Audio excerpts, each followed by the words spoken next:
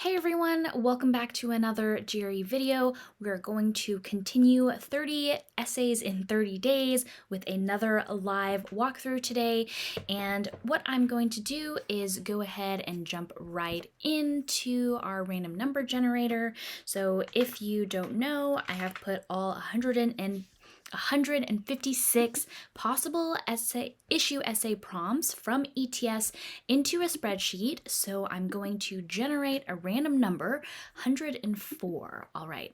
And what I'm going to do is go to my Excel spreadsheet and go to line 104.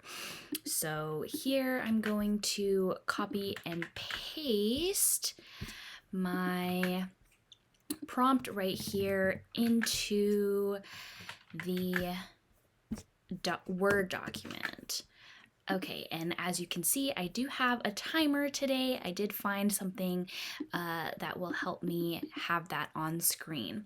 So what I'm going to do is walk through this and kind of talk through some of what I'm thinking and how I brainstorm and actually go from those ideas into a full essay. So I will look at my timer and start now. Okay. The prompt for today is, some people claim that the goal of politics should be the pursuit of an ideal. Others argue that the goal should be finding common ground and reaching reasonable consensus. Write a response in which you discuss which view more closely aligns with your own position and explain your reasoning for the position you take. In developing and supporting your position, you should address both of the views presented. All right, very interesting. So the goal of politics.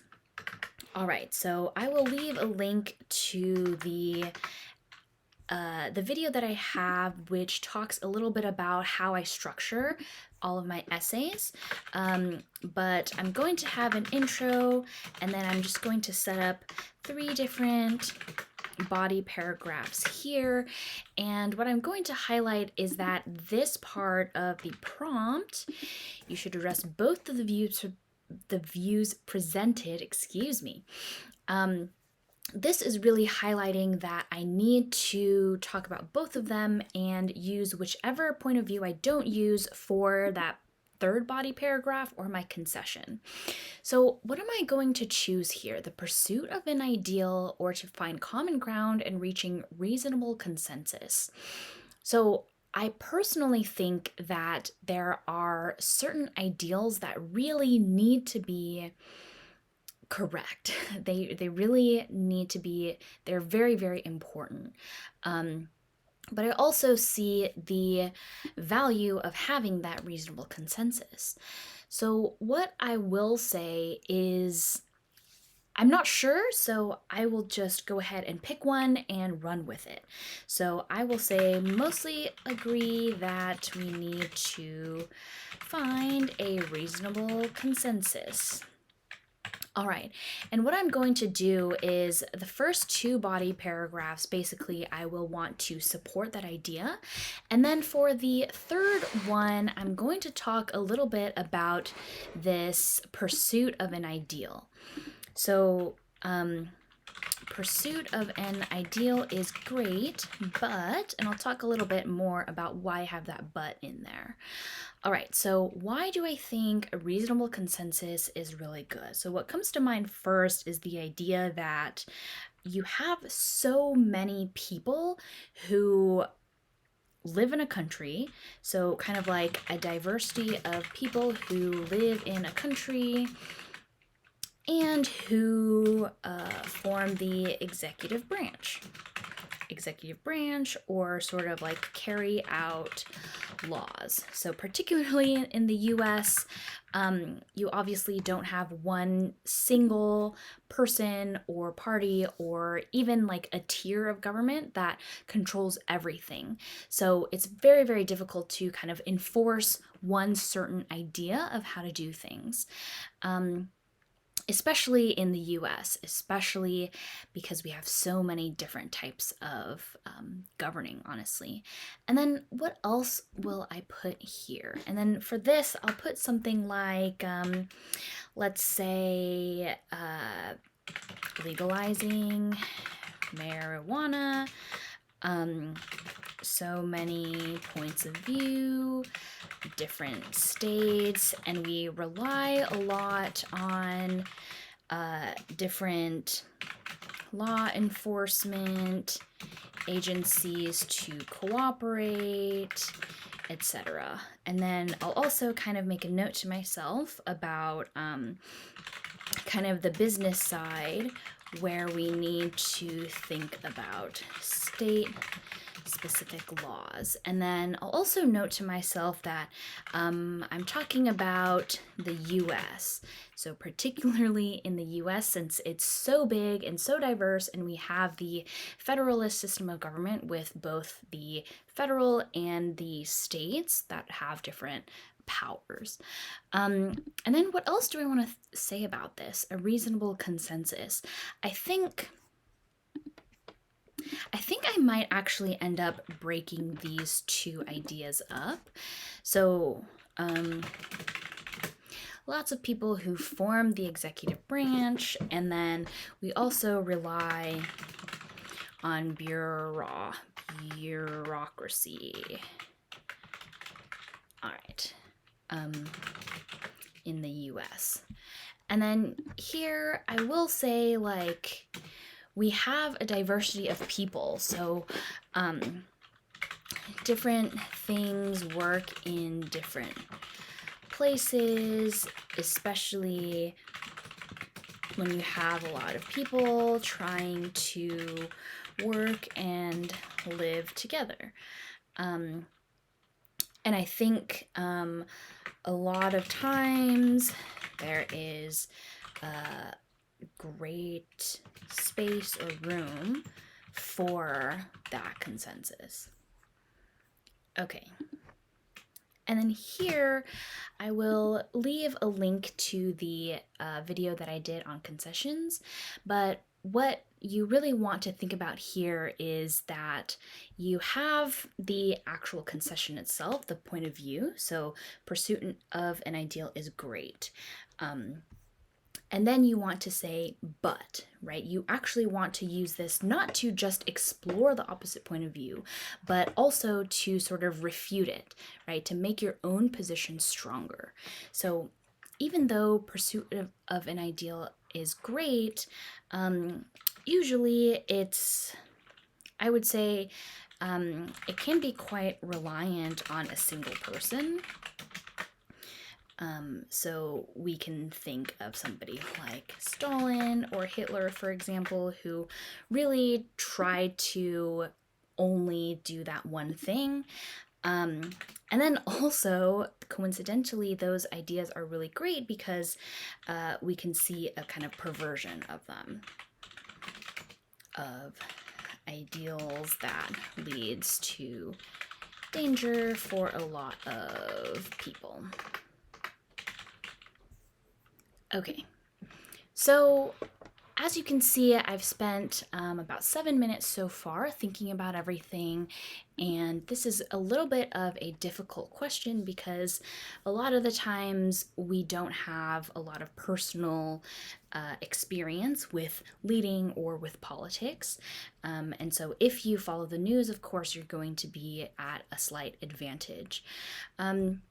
I think one thing that I do want to do is try to come up with an example for the diversity of people who live in a country, something where different ideas can exist, and kind of being able to get that consensus is going to be really useful. And I'm thinking about something like, one issue that's been on my personal mind quite a bit is something like zoning laws. So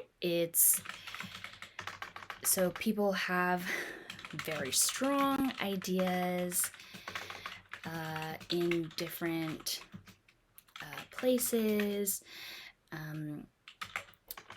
Best to have some different examples, and perhaps one side can learn from another with some experience or data. So I think that's kind of my personal hope is we can see some development of that. But what I'm talking about here is NIMBYism, and if you haven't heard of this term before, basically it's like not in my backyard, an idea where you don't want people to build more housing because your own personal house, the value of it might decrease or something like that. And I'll explain a little bit as we see the actual paragraph that I write. Okay, so as you can see, I've done quite a bit of brainstorming, and the reason I do that is because once I start writing, the ideas and the words kind of just start flowing out. So I will jump right in, and as you can see, it's been about 9.5 minutes. So I personally take a lot of time in the brainstorming stage just because it sets me up very well. All right, so for our introduction, let's see. Politics is innately a challenging profession because politicians, especially the most revered political leaders, must manage many people who often have opposing views of different issues that affect their locality. I believe that because of all those different viewpoints, it is important, and I'll add in a qualifier here generally, because I don't want to be completely absolute, because especially since I am talking about the opposite point of view, I want to leave that open so I'm not completely shutting down the opposite point of view again. So it is generally important to try to find a reasonable consensus on various issues, because I will actually say that. So I'm stating my point of view, and then I want to for me, I like to outline some of the reasons I'm going to go over in my body paragraph because it helps me personally stay on track. So this is because in the US, for example, the law enforcement system relies heavily on a variety of players, especially those who have direct access to the issue on the ground. And there is typically a large diversity of people who live in a country. All right, so that's not super clear, I think, but I might come back and take a look at it after. And as you can see, I actually don't mention anything about the opposite point of view because I don't want to, in my introduction, have too much information going on and not be clearly stating what my actual stance is. All right, so generally, the politicians who make laws are not the same ones who must enforce them. As a result, I will also say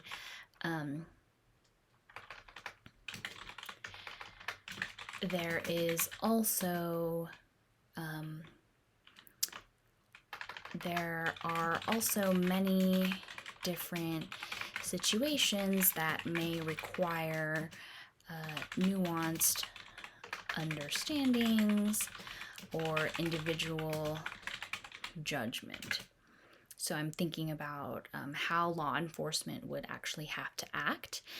And I will say that as a result, it is important to have a general consensus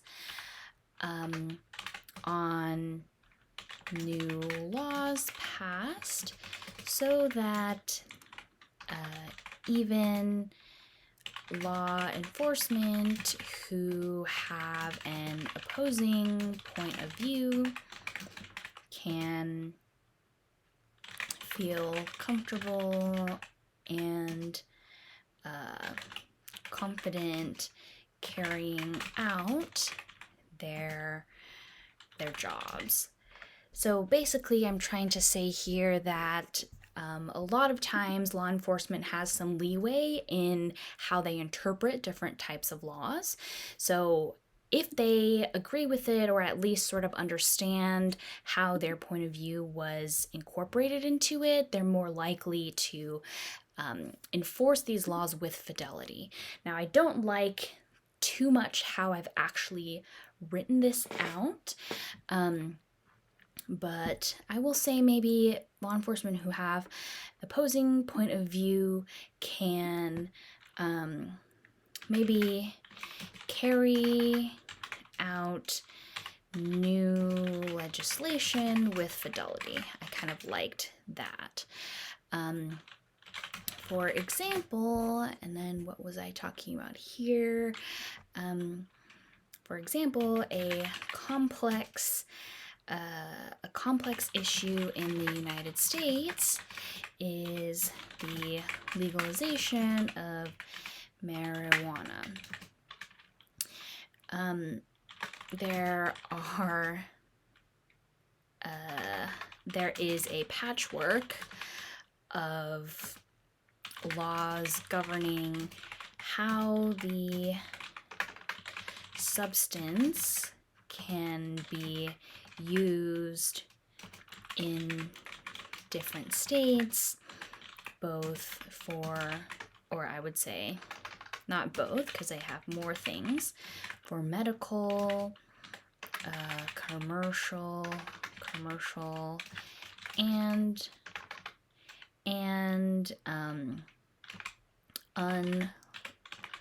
unlawful methods. So sort of basically highlighting that there's a lot of different sides to it. Okay, so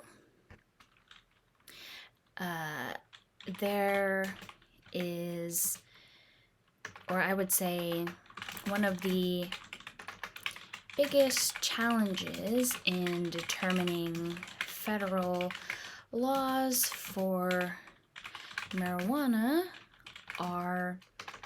is one of the biggest challenge is the jurisdiction or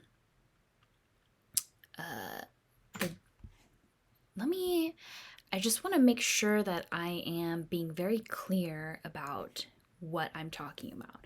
Okay, is the jurisdiction for marijuana related situations. For example, states are responsible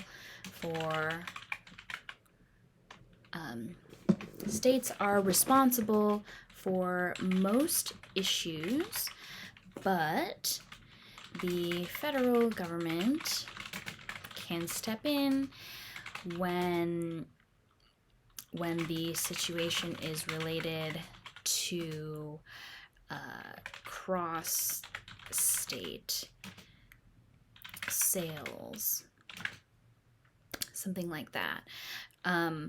When these, I will say, when law enforcement needs to be involved, It is important for people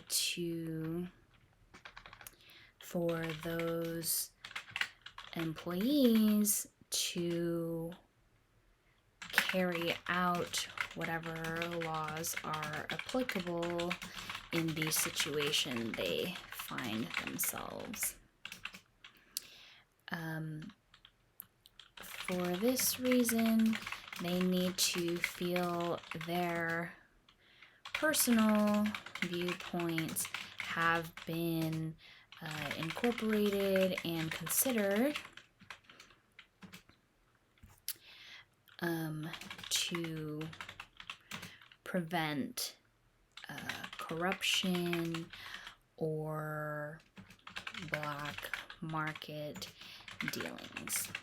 Something like that, where, and as you can see, this is a little bit difficult to write about because I don't think about this on a daily basis, but you can see the general idea here, and I'm running out of time a bit, so I will not talk through too much and kind of try to move on quickly. So as a result, law enforcement who have views that have been who have contributed to the general consensus can often be more effective in carrying out said laws. All right, so in addition, the US is also a very diverse country. Because of the variety of backgrounds, cultures, and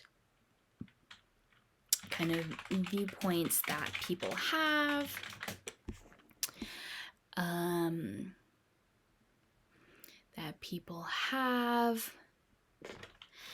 there are often many instances where blanket ideals are difficult to implement. Having the support of a general consensus is useful in these cases to ensure that people who are so different can live together harmoniously. With the issue of affordable housing and zoning laws, for example, there are many people who believe that new units should not be built because of how it affects their own housing values. And there are those who believe that zoning laws should be abolished. A city needs to strike a delicate balance between the two to ensure that people can have their wishes considered,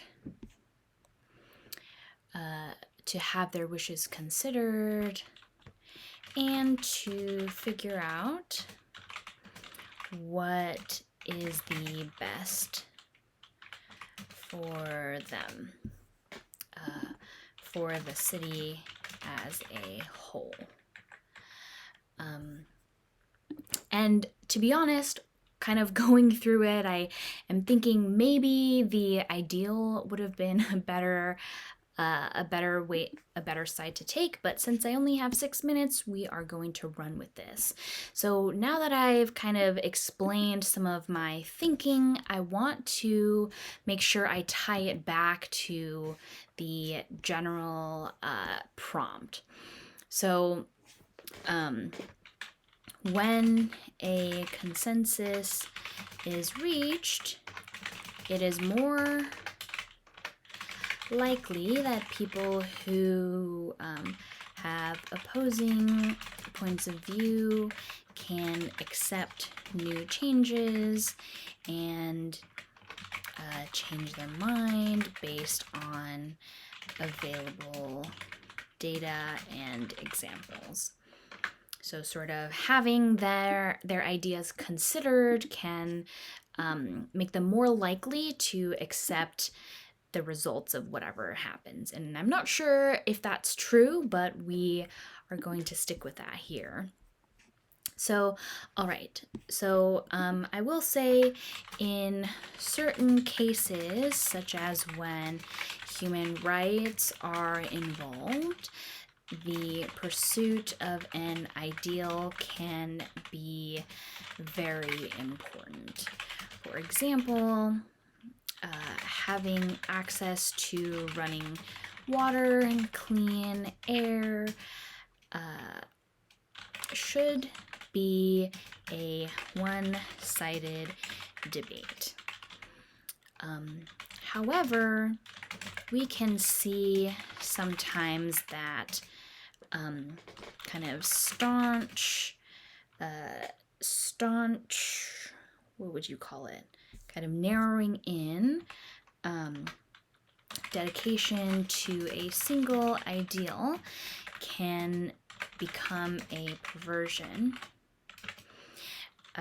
Two good examples of these are Stalin and Hitler in the mid 1900s, actually kind of early, in the early 1900s and after. So I'm writing it like that because I don't remember the exact times that Stalin was in power, so I'll kind of keep it vague.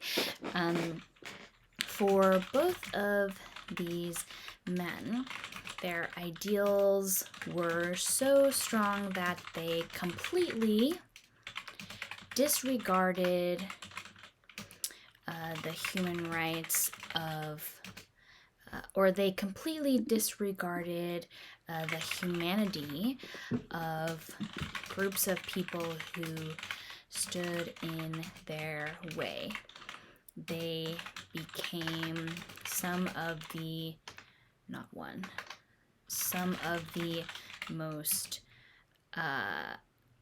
most deadly leaders in history and negatively impacted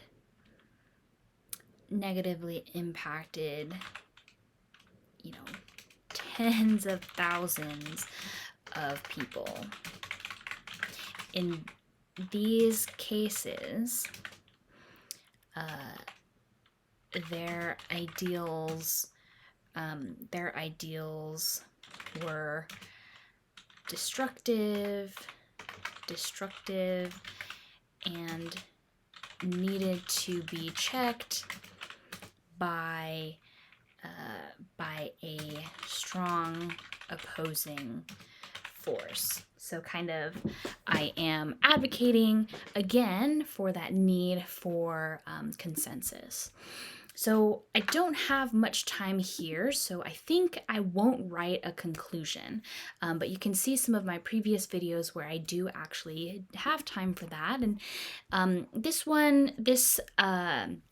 prompt was a little bit more difficult for me because it was difficult to draw on some of the examples that I wasn't too familiar with.